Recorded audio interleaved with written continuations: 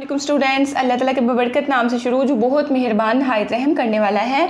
आज हम अपना lecture number 5 micrometer screw gauge करेंगे। ठीक है, इससे पहले जो है हमने 2 टॉपिक्स कर लिए हुए हैं। एक हमने उसमें पढ़ा था मीटर रूल के बारे में पढ़ा था कि मीटर रूल जो है हमें 1 मिलीमीटर तक की मेजरमेंट जो है करके दे सकता है। ठीक है, और 1 मिलीमीटर को जो है हमने सेंटीमीटर में भी चेंज किया था तो वो 0.1 सेंटीमीटर बना था। ठीक है, उसके बाद हमने वर्नियर कैलिपर, हमने कहा कि मीटर रूल अगर हमें 1 मिलीमीटर की रीडिंग करके देता है तो 1 मिलीमीटर का भी 10वां हिस्सा जो कि आपके पास बनता है 0.1 मिलीमीटर, 1 मिलीमीटर से भी छोटा मतलब 0.1 मिलीमीटर तक की रीडिंग हमें करके दे सकता है। और इसको जब हमने सेंटी में चेंज किया था तो हमारे पास आंसर आया था 0.01 सेंटीमीटर आया था। ठीक है, अब देखें 1 मिलीमीटर का भी 10वां हिस्सा 0.1 मिलीमीटर तक हमें वर्नियर कैलिपर देता है। और 0.1 मिलीमीटर से भी अगर छोटी रीडिंग आपने करनी है तो 0.1 मिलीमीटर का भी 10वां हिस्सा जो कि आपके पास बनता है 0.01।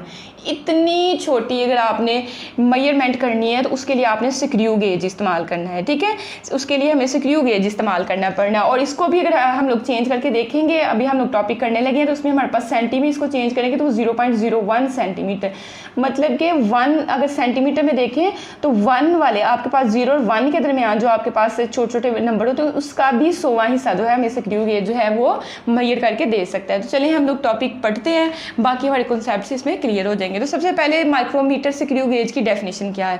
कहते हैं it is use to measure, इस्तेमाल किया जाता है मापने के लिए वेरी स्मॉल लेंथ, बहुत छोटी जो है पैमाइशें, such as diameter of a wire. अब देखिए वायर तार जो है आपको पता है बहुत बड़ी ईक सी होती है, अगर उसको छीलें आप तो अंदर से बड़ी ईक से एक तार निकलती है तो उसका भी डायमीटर मतलब उसको कितनी ही आपके पास डायमीटर आपके पास असल में उसका हाथा होता है। ठीक है, वो मालूम करने के लिए। Or thickness of a metal sheet, या एक आपके पास शीट मेटल की शीट बहुत पतली सी दाती वो आपके पास एक शीट होती है जैसे पेज नहीं होता है वैसे, उसकी थिकनेस वो कितना मोटा है कितना पतला है वो मालूम करने के लिए हम किसको यूज़ करते हैं, माइक्रोमीटर स्क्रू गेज को इस्तेमाल करते हैं। ठीक है, अब हम जो है बाकी जो है ये बाद में पढ़ेंगे, पहले हम लोग इंस्ट्रूमेंट माइक्रोमीटर स्क्रू गेज को दे के तो कुछ चीज़ें डिस्कस कर लेते हैं। ठीक है, इसकी शेप आपकी इस तरह की होती है। अच्छा, उसके एक साइड पे जो है एक होता है एनविल, ठीक है एनविल होता है, और दूसरी साइड पे जो आपके पास थोड़े लंबे वाले लेंथ वाला जो होता है उसको बोलते हैं स्पिंडल। असल में ये जो एनविल और स्पिंडल के दरमियान में जो खाली जगह होनी है ना, यहाँ आपने किसी न किसी चीज़ को रखना है जिसकी भी आपने डायमीटर मालूम करना है। ठीक है, उसके बाद यहाँ एक लॉक लगा होता है, जो ही आपने देखे ना पेंसिल का सिक्का है इसी का डायमीटर अगर मालूम करना है तो आपने दरमियान में एडजस्ट करके इनको जब बंद करोगे बिल्कुल इसके पास, जैसे मेरे ये फिंगर्स आ गई हुई हैं ऐसे बिल्कुल पास आ जाएंगे तो आपने लॉक लगा देना। लॉक लगा के आप चाहे पेंसिल को फिर बाहर निकाल लें। ठीक है, तो फिर ये जो है ना इनकी ये आगे पीछे नहीं होंगी आपके पास। ठीक है, लॉक का ये मकसद होना है। उसके बाद बच्चों आपका होता है मेन स्केल, और मेन स्केल जो है हमने वर्नियर स्केल में भी किया था, तब भी मैंने बताया था ये वाली जो मेन स्केल उधर भी मेन स्केल यूज़ हुआ था वर्नियर स्केल में। ठीक है, तो ये वाली जो लाइन होती है इसको इंडेक्स लाइन बोलते हैं। तो पहला आपके पास जो है स्केल ये मेन स्केल है। ठीक है, ये स्केल जो है इसको खोलेंगे तो ये और ज़्यादा बड़ा होता है। जैसे ये देखें ये खुल गया हुआ है ना, जब ये आपके पास जो है जो आपके पास ये वाला है सर्कुलर स्केल जब पीछे को जाएगा तो फिर ये खुल जाता है। ठीक है, तो आपके पास जो है ये आपके पास है मेन स्केल। मेन स्केल का दूसरा नाम हमारे पास होता है स्लीव भी होता है। ठीक है, और इसके बाद मेन स्केल के बाद हमारे पास होता है सर्कुलर स्केल। ठीक है, सर्कुलर स्केल को जो है सर्कुलर स्केल के ऊपर एक थिम्बल होती है। थिम्बल एक दानेदार जो है ना आपके पास लोहे की एक गोल सी आपके पास एक शीट सी होती है जिसके ऊपर लिपटी होती है। ठीक है, इसको बोलते हैं थिम्बल। थिम्बल के बाद आपके पास होता है रिचेट। रिचेट का बस एक ही मकसद है कि जो ही आप इस थिम्बल को घुमाओगे, देखो थिम्बल को जब आप घुमाते जाओगे जैसे ढक्कन, वो बोतल के ऊपर ढक्कन होता है तो उसको हम लोग खोलते हैं या बंद करते हैं, ऐसे ही आपने थिम्बल को घुमाना है। जब आप इसको क्लॉकवाइज घुमाओगे तो ये थिम्बल थोड़ी आगे जाती जाती यहाँ आगे कुछ चली जाएगी, और जब आप इसको एंटी क्लॉकवाइज मतलब उल्टा जो है इसको खोलोगे इस थिम्बल को तो ये पीछे को हटता जाएगा आपके पास। ठीक है, तो देखें स्टार्ट में आपने क्या करना है, स्टार्ट में जब आपने माइक्रोमीटर स्क्रू गेज लेना है तो इसको आपने इसके अंदर दरमियान में कुछ नहीं रखना है, इसको बंद बिल्कुल ऐसे करके बंद करना है। ठीक है, उसके लिए आपने क्या करना है, इस जो थिम्बल को आपने क्लॉकवाइज जो है घुमाते जाना है, जैसे ढक्कन खोलते हैं ऐसे आपने इसको घुमाते, जब घुमाते जाओगे ये बिल्कुल आपस में करके मिल जाएंगी। अगर ये बिल्कुल आपस में ऐसे करके मिलती हैं और आपके पास जो है ये आपके पास ये देखें ना, इस स्केल पे भी रीडिंग लिखी हुई है और इस स्केल पे भी रीडिंग लिखी है, वो हम सारा डिस्कस करते हैं कि इस पे कितनी रीडिंग है, इस पे कितनी रीडिंग है। अगर तो आपके पास दोनों के जीरोस बिल्कुल एक स्ट्रेट लाइन में आ जाते हैं तो इसका मतलब है आपका जो है स्क्रू गेज बिल्कुल ठीक है, इसमें किसी किस्म का कोई एरर नहीं है। ठीक है, तो चलिए रीडिंग करते हैं, उसके बाद जो है बाकी सारा डिस्कस करेंगे। तो देखिए इसके बाद आपके पास क्या है, डेफिनेशन के बाद इट हैज़ 2 स्केल्स, इसमें 2 स्केल्स है। मैंने अभी बताया एक मेन स्केल है, एक आपका सर्कुलर स्केल है। ठीक है, मेन स्केल को आप स्लीव भी दूसरा नाम दे सकते हो। और देखें कहता है the main scale on the sleeve, sleeve के ऊपर जो मेन स्केल है, ये जो इसको बोलते हैं स्लीव, स्लीव के ऊपर जो आपने स्केल बनाया हुआ, जो आपने यहाँ छोटी छोटी हेडिंग्स दी हुई हैं, बुक पे साथ देखें ना तो आपको बिल्कुल समझ आएगी। Sleeve which has markings of 0.5 millimetre, मतलब देखें मेन स्केल ऊपर जब स्केल बनाया है उसके ये मार्किंग है, उसके बाद दूसरी मार्किंग है, इन 2 मार्किंग के दरमियान 0.5 मिलीमीटर का जो है ना फासला होता है। ठीक है, जब हमने वो किया था वर्नियर कैलिपर किया था उसमें हमने कहा था 1 मिलीमीटर का होता है। ठीक है, इस मेन स्केल पे आपके पास 2 तरह के कुछ लोगों ने बनाए होते हैं, उसमें उन्होंने 0.5 मिलीमीटर का गैप रखा होता है और कुछ जो है आपके पास स्क्रू गेज ऐसे होते हैं जिसमें 1 मिलीमीटर का गैप रखा होता है। अब दोनों में आपने फ़र्क कैसे याद रखना है, अगर तो किसी ने गैप रखा हुआ है 0.5 मिलीमीटर का तो उसमें फिर उसने इसको 50 हिस्सों में डिवाइड किया होगा सिर्फ। ठीक है, और अगर किसी ने 1 मिलीमीटर का आपके पास जो है मेन स्केल पे 2 जो लाइनों के दरमियान 1 मिलीमीटर का फासला रखा हुआ है तो फिर उसने उसको 100 बराबर हिस्सों में तकसीम किया है। ठीक है, ये बात आपने जहन में रखनी है। तो देखिए मेन स्केल पे आपके पास मार्किंग यहाँ होगी 0.5 मिलीमीटर या फिर आपके पास 1 मिलीमीटर होगी। ठीक है, और जो सर्कुलर स्केल आपका दूसरा स्केल है, ये वाला जो सर्कुलर स्केल है, ये वाला जो स्केल है ना आपका, ये वाला जिस पे 10, 15 आपको नज़र आ रहा है, इस पे या तो आपके पास 15 डिवीजन होंगी। 15 डिवीजन कब होंगी, जब 0.5 मिलीमीटर का फासला रखा होगा तो 15 डिवीजन होगी, लेकिन अगर उसने 1 मिलीमीटर का फासला रखा होगा तो फिर उस पर 100 डिवीजन होंगी। किस पे, सर्कुलर स्केल पे आपकी।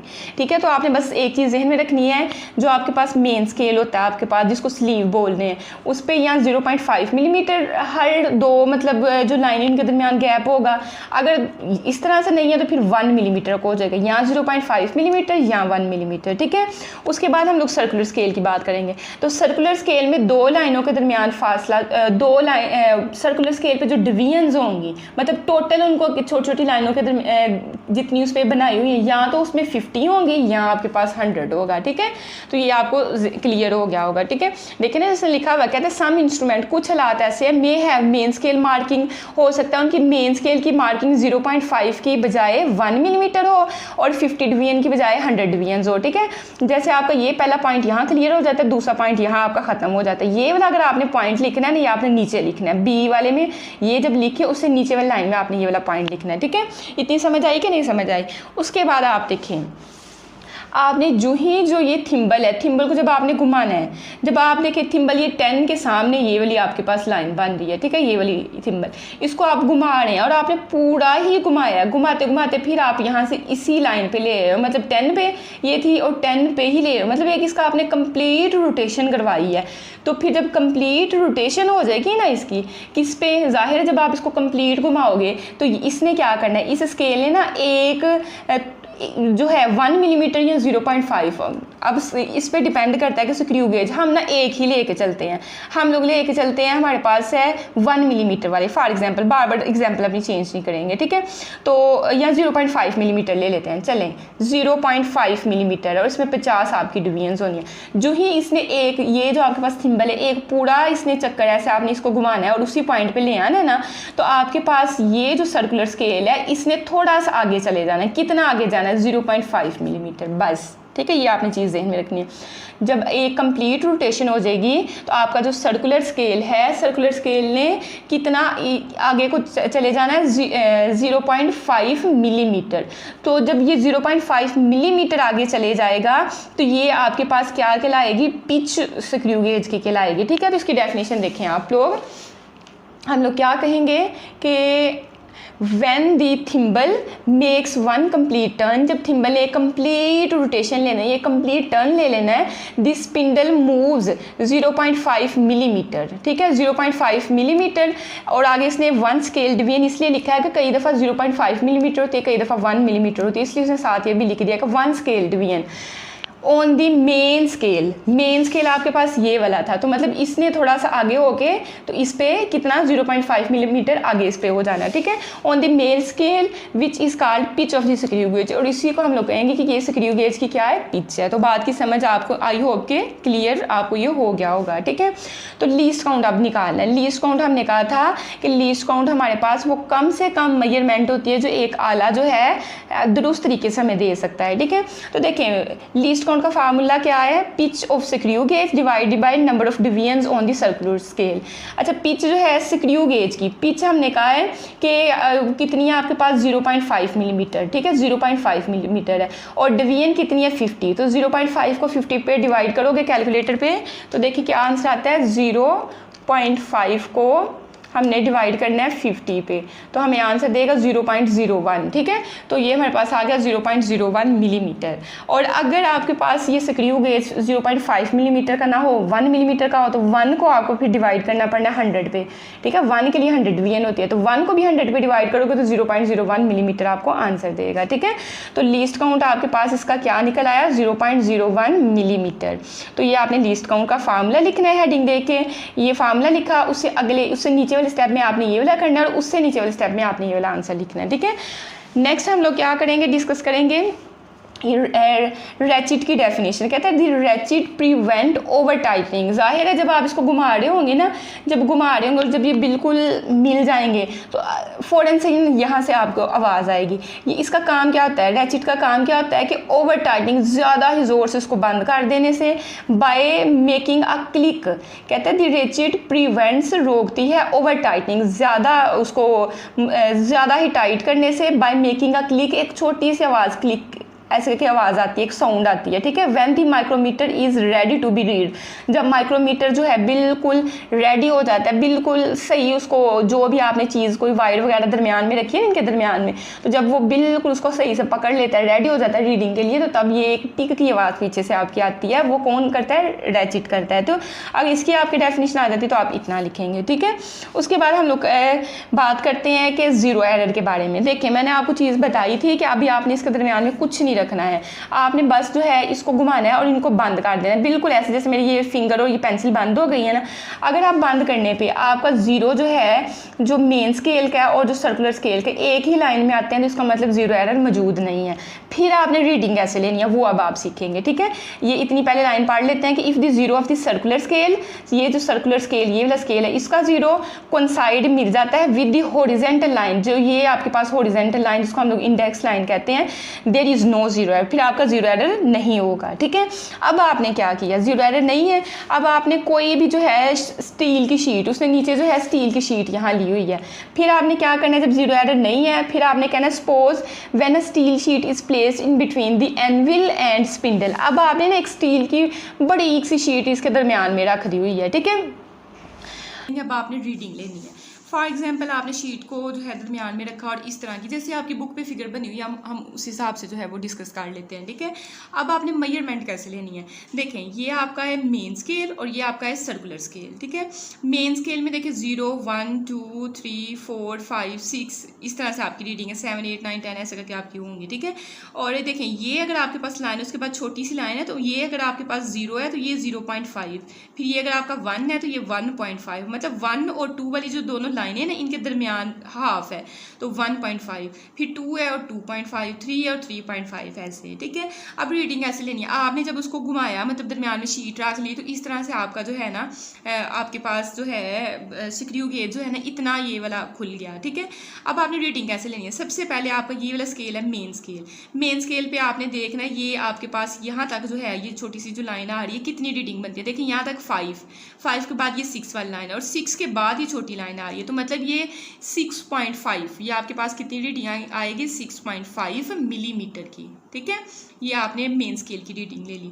अब आपने सर्कुलर स्केल की रीडिंग लेनी है। देखें ये इंडेक्स लाइन के बिल्कुल सीध में आपके पास, देखें ना, अपनी बुक पे भी नोट करें, बिल्कुल सीधी लाइन उसने 25 वाली बनाई हुई है। तो हमारे पास सर्कुलर स्केल की रीडिंग आ गई 25, ठीक है। अब रीडिंग्स लेनी आपको आ गई हैं। अब आपने फार्मूले में वैल्यूज पुट करनी है। थिकनेस हमने मालूम करनी थी, यहाँ इसको दूसरा नाम आप कह सकते हो डायमीटर हमने मालूम करना था, ठीक है। तो इसकी क्या फार्मूला था, मेन स्केल रीडिंग, उसमें प्लस क्या करना है, दो चीज़ों को मल्टीप्लाई करके, ठीक है। प्लस क्या करना है, दो चीज़ों को पहले मल्टीप्लाई कर लें। सर्कुलर स्केल की जो रीडिंग आई है, हमारी सर्कुलर स्केल की रीडिंग 25 आई थी। 25 को मल्टीप्लाई करना है लीस्ट काउंट से। तो लीस्ट काउंट अभी हमने निकाला था, यहाँ देखें ना पीछे 0.01 millimetre.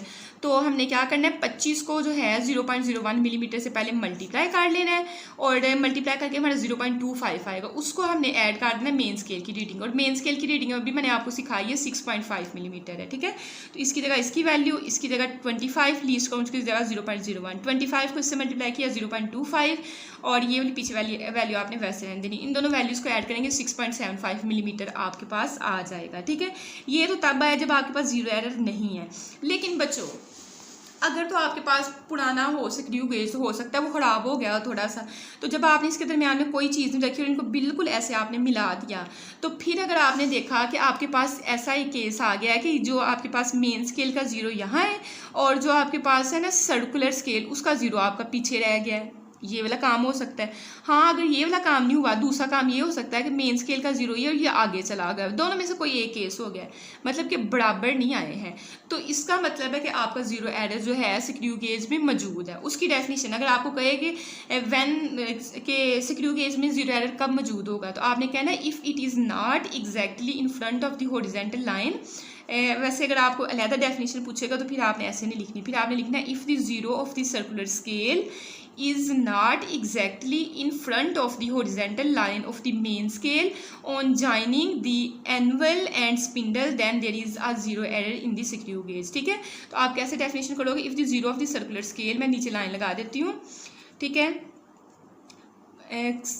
is not exactly in front of the horizontal line of the main scale on joining the spindle and anvil। मैं कहता है कि एनवल और स्पिंडल को जब आप join करो दोनों की सेम, तो फिर आप क्या कहना है, जीरो एरर स्क्रू गेज मौजूद है, ठीक है। अगर आपने लिखा सीधा लिख दो, लेकिन ये कि हेडिंग्स बना के लिखो कुछ ज़्यादा अच्छा लगेगा। पहले zero error, no zero error की हेडिंग दे के आपने ये लिख लेना है, फिर zero error in screw gauge, यहाँ अकेली जीरो एरर की हेडिंग दे के, तो ये जो जिस पे मैंने लाइनिंग की है ना, ये आपने सारी यहाँ तक लिख देनी है, ठीक है। जीरो एरर मौजूद है। अब आपके पास दो केसेस बनेंगे, ठीक है। पहला केस आपके पास क्या बनेगा, पहले केस में आपके पास ये होना है कि if zero of the circular scale, मतलब कि आपके पास ये जो है मेन स्केल का ज़ीरो ये है और सर्कुलर स्केल का ये वाली स्केल का जो है ज़ीरो पीछे रह गया है। तो पीछे रहने का मतलब भला क्या होता है, पीछे रहने का मतलब है कि आपके पास जो है, जो आपके पास एक्चुअल रीडिंग आनी है ना, उससे ज़्यादा आपको रीडिंग जो है वो मिल रही है, ठीक है। मतलब अगर आपको सर्कुलर स्केल का जीरो जो है पीछे रह जाए, तो इसका मतलब है जाहिर है पीछे रह गया है, तो अब आपने रीडिंग तो ये वाली नोट करनी है। तो रीडिंग नोट करने का मतलब है ये 5 डिजिट ज़्यादा जो है आपके पास यहाँ शो हो रहे हैं, तो इसका मतलब है कि आपकी एक्चुअल जो आपके पास रीडिंग आनी है उससे 5 नंबर ज़्यादा आपकी रीडिंग, मतलब ज़्यादा रीडिंग आ रही है। तो ज़्यादा रीडिंग को आपने एक्यूरेट रीडिंग लाने के लिए आपने माइनस कर देना है। जो आपने ये एक दफ़ा निकाल ली ना, ये आपने एक दफ़ा निकाल लेनी है। अगर तो आपके पास जो है पीछे रह रहा है, सर्कुलर स्केल का जीरो जो है पीछे रह रहा है, मतलब नेगेटिव जीरो एरर है, तो फिर आपने सब्ट्रैक्ट कर देना है। वो मैं आपको सारा तरीका सिखाती हूँ, इतना कंफ्यूज होने की ज़रूरत नहीं है। मैं अभी आप बस इतना केस देखें कि आपका जो है सर्कुलर स्केल ये वाली स्केल का जीरो जो है पीछे रह गया हुआ है। तो क्या उसे लिखा, कहता है if zero of the circular scale is below the horizontal line, अगर इस लाइन से पीछे रह गया, कितना पीछे रहा है आपके पास, देखें अगर आप अपनी बुक को सामने रखें तो 5 छोटी दरमियान में लाइनें लगी हुई हैं, मतलब 5 लाइनें पीछे रह गया हुआ है। कहता है horizontal line then it will measure slightly more than the actual thickness and hence, कहते हैं अगर पीछे रह गया तो इसका मतलब है जो एक्चुअल है आपके पास थिकनेस है ना, जितनी एक्चुअल में वो पतला है या मोटा है, उससे वो आपको रीडिंग ज़्यादा देगा। तो कहते हैं hence zero error will be subtracted. तो फिर आपने क्या करना है, जितना आपका एरर आया, मेरे तो पास यहाँ 5 लाइनों का फ़र्क है, जितना एरर आया उसको आपने क्या करना है, subtracted from the observed measurement. जो आपने ऑब्जर्व्ड मेजरमेंट आपके पास आई उसमें से सब्ट्रैक्ट आपने करना है। देखिएगा आपके पास मेरे पास जो है मैंने कहा 5 लाइनों की आप मेरे पास डिफरेंस आ रहा है, 5 लाइनें पीछे रह गया। तो आपने जो 5 आपके पास लाइनें आई हैं ना उसको आपने लीस्ट काउंट के साथ मल्टीप्लाई कर लेना। तो 5 को मल्टीप्लाई करो 0.01 के साथ तो 0.05, तो मतलब हमारे पास नेगेटिव एरर जो है वो 0.05 का आ रहा है। ठीक है, अब हमें पता चल गया कि 0.05 का एरर जो है हमारे इंस्ट्रूमेंट में मौजूद है। तो अब आप इसकी रीडिंग कैसे लेनी है? एक्चुअल रीडिंग आप कुछ भी हो सकती है, मैंने तो चले ये ली हुई है ना 6.75 है, इसमें से माइनस कर देनी है जो आपके पास एरर आ रहा है। तो 6.75 में से माइनस करें 0.05, तो देखते हैं पता क्या आंसर आता है। 6.75 में से माइनस करेंगे 0.05, जब हम लोग माइनस करेंगे तो हमारे पास आंसर आएगा 6.7। तो हमारे पास एक्चुअल जो रीडिंग आ रही है वो 6.7 मिलीमीटर आपके पास आ रही है। बात की आपको मेरे ख्याल में समझ आ गई होगी। ठीक है, अब हम लोग दूसरा केस डिस्कस करते हैं। कहते हैं if the zero of the circular scale is above, अब आपका देखें मेन स्केल का जीरो ये और सर्कुलर स्केल का अबव मतलब ऊपर चला गया है, the horizontal line, then it will show slightly less than the. जाहिर है इसको पीछे होना चाहिए था, ये थोड़ा आगे चला गया हुआ है। तो मतलब इतनी रीडिंग जो है ना, मतलब 5 डिजिट का यहाँ भी वो गैप लेड है, तो 5 नंबर कम आपकी काउंट हो रही है। ठीक है, तो then it will show slightly less than the actual thickness and hence the zero error will be added. अब कम शो कर रहा है, हालांकि इसको पीछे जाना चाहिए था, तो आपने क्या करना है इसमें ऐड कर देना है। ठीक है, अब ऐड करने का क्या तरीका कार है? देखिए 5 लाइनें मेरे पास आ रहा था, मैं 5 को लीस्ट काउंट से मल्टीप्लाई किया, 0.05 मिलीमीटर का जो है पॉजिटिव मेरे पास एरर आ रहा है। तो अब आपने क्या करना है, जो आपके पास वो जो है ये वाली जो रीडिंग है इसमें आपने प्लस कर लेना है। ठीक है, जब आपके पास कम आपके पास मेजरमेंट दे रहा हो, जब मतलब आपके पास जब पॉजिटिव वाला एरर हो, तो फिर आपने 6.75 में ये वाली रीडिंग जो है ऐड कर लेनी है। जब आप ऐड करेंगे तो फिर हमें क्या आंसर देता है, 6.75 में हमने ऐड करना है 0.05। तो ये हमारे पास एक्चुअल जो रीडिंग है वो 6.8 आएगी। तो देखिए फ़र्क आपके पास, इस तरह से इसको काउंट किया जाता है। तो ये भी आपको क्लियर हो गया। उसके बाद ये वाली चीज़ है, ये मैंने वैसे आपको पहले समझा दी, लेकिन मैं रीडिंग करवा देती हूँ। कहते हैं suppose when the steel sheet is placed in between the anvil and spindle. कहते हैं एनवल स्पिंडल के दरमियान आपने एक स्टील की जो पतली सी दाती शीट जो है वो आपने रखी हुई है, और the position of circular scale is as आपने लिखना है, ये नहीं लिखना है एज, और उसके बाद ये वाली आपने डायग्राम ऐसी ही एग्जैक्ट बना देनी है। तो कहता है अब आपने रीडिंग कैसे लेनी है? Read the marking on the sleeve. कहते हैं इस स्लीव पे मार्किंग आपने just before the thimble it shows. कहते हैं ये जो थिम्बल आपके पास है ना, ये वाली थिम्बल इससे पहले जो शो कर रही है, तो मैंने कहा था 5 के बाद 6 और 6 के बाद ये वाली भी लाइन शो कर रहा है, तो 6.5 मिलीमीटर है। उसके बाद आप अपने सर्कुलर स्केल की कैसे read the circular scale marking which is in line with the main scale. कहते हैं सर्कुलर स्केल की वो वाली मार्किंग देखें जो इस लाइन के बिल्कुल इन लाइन, मतलब एक ही लाइन में, तो वो हमारे पास 25 आ रही थी, तो वो क्या है, दिस शोज 25। ठीक है, अब फार्मूला लिखना और बाकी ये वाला आपने सारा काम जो है वो कर देना है। तो आई होप कि आपको इस टॉपिक की बहुत अच्छे तरीके से समझ आएगा। अगर समझ आई है तो चैनल को सब्सक्राइब कर दें, लाइक कर दें और अपने दोस्तों के साथ शेयर करें। मिलते हैं नेक्स्ट वीडियो में, तब तक के लिए अल्लाह हाफिज़।